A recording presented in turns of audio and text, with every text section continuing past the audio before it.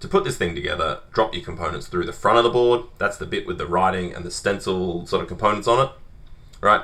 And we're going to start with the screw terminal connector because it's really hard to break. So pop that through there. The silver bits, the bits that you can actually screw wires into, they should be facing to the left, out from the PCB. Tack it down with some tape, flip it over, and get your iron. Now what you don't see here is that I've got a little sponge to wipe my iron on, but what you do see is I'm tinning the iron. A little bit of solder on the iron. Right, if I don't have enough, I put a little more solder on the iron, and then I just bring the solder in and make the joint. It doesn't take very long. If you have solder on the iron first and you hold it against your job, that's the bits you want to solder, it's real easy. So here's the capacitor. Right, pop that through. And because I've got that screw terminal on there, it's holding it up, so I don't have to worry about the components that are dropping too far through the board like this capacitor, which is really nice. So I can, that's another reason I started with that screw terminal. And again, just soldering that in nice and quickly. Now, you might not be as quick. It doesn't matter, right? But what I want you to focus on is heat transfer. And anything that has big long legs like this, after you solder it in there, you can clip those big long legs off. Importantly, this next resistor is a 10 kilo ohm resistor, right? There's only one 10 kilo ohm resistor in this project and it has to go there. Don't put it in the wrong spot, don't put it somewhere else, don't put something else in there. 10K. Right, I was just holding that upside down and jiggling it to show that it kind of stays there, but I'm still going to tack it down with some tape. Same deal. I always tin my iron before I start a job.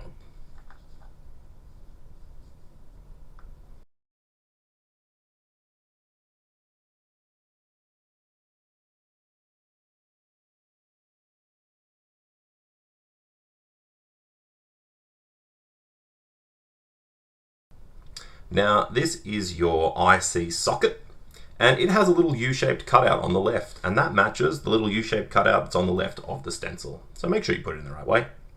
Right, tack it down with some tape. Now, this is the first component where the legs are kind of a little bit close together, and you can see I wasn't really happy with how well they were poking out, so I've just adjusted my tape. Now, that means that you have to be a little mindful of how you're soldering, because you don't want to work back over yourself and remelt your solder or bridge parts that aren't supposed to have solder bridging them. So note that I'm kind of working in a way that makes sense for me. I'm right-handed.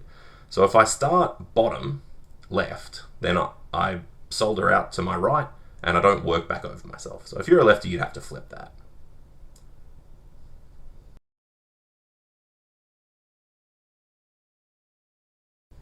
Okay, so these three resistors, R2, R3, R4, are supposed to be 330 ohms. Which they are, that's what I've got, but I lost the third one and I just didn't have any more. So I'm only soldering in 2. You'd solder in another one. So do that, right? Put 3 in there. But yeah, tape, solder, you get the idea.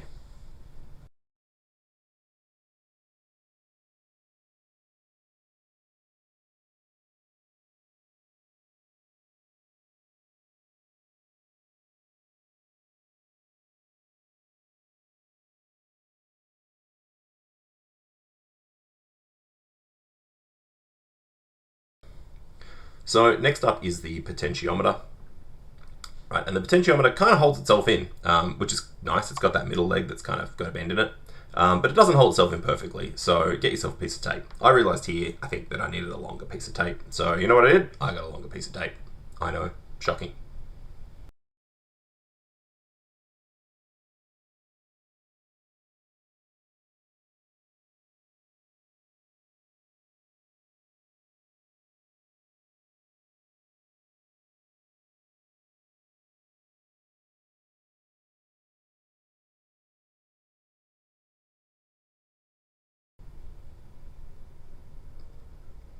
Okay, so next up is the switch, and the switch actually does hold itself in perfectly. Like, really nice design. I really like that. Look at that. These 2 little back legs there. They clip in. So good. Alright, so only the first 2 solder joints here I'm making here are actually electrically connected. These 2, they're just for strength. So they just make it less likely that switch is going to break off the board.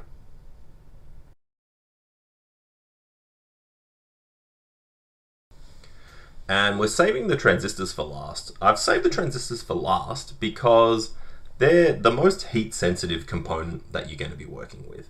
And so I didn't want to do them first, because if you do them first and you're still getting your eye in terms of getting a good solder joint, getting one that's reasonably quick, then you might cook them. I also want you to pay attention to the fact that the stencil has a flat side on it and the transistor has a flat side on it, and they should match, and if they don't match, it's not going to work. So you might have to bend the legs slightly apart and just pop them in as it shows on the stencil. The other thing that I want you to be really conscious of is don't poke them through the PCB down as far as they can possibly go, right? If you leave them proud, like poking up like this, then when you solder them, the heat to travel into, sort of the plastic part of the transistor that has all the transistor goodness in it has to travel a lot further. And so if they're sticking up like that, you're going to be less likely to cook them. Now, they're not super easy to cook. So as long as you don't sit there for, sort of 10 seconds not making a good solder joint because you're not paying attention or whatever, they should be absolutely fine. Right? I could have probably taken 4 or 5 times as long to solder these joints, and the transistors still would have been fine. But just keep in mind that they are, a little fragile, and try not to cook them.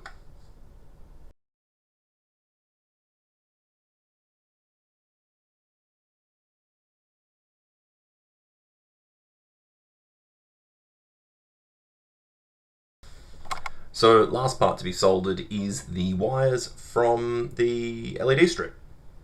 Now I color coded my wires on this strip where my white is my 5 volts instead of using a red, because then I could actually use a green, a red and a blue wire for my red, green and blue sort of cathodes coming out of my LED strip, which I like.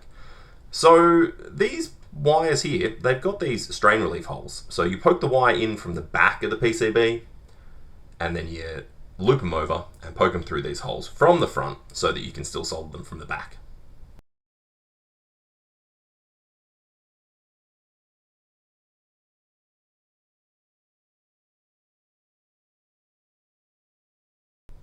Now I did a really bad job of getting this bit on camera, but if you loop them around just right, they will kind of stay in those holes without tape or anything, so that's quite nice.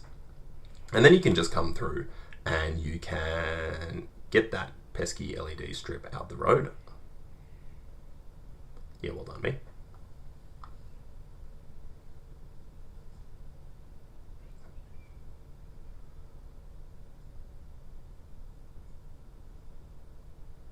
I think I just gave up because it really wasn't that in the way. And just solder your wires in. Lost one. There we go. That's gone. Don't worry about that. Just solder them all in. Right, fix up any that have fallen out. All right, pop them back through.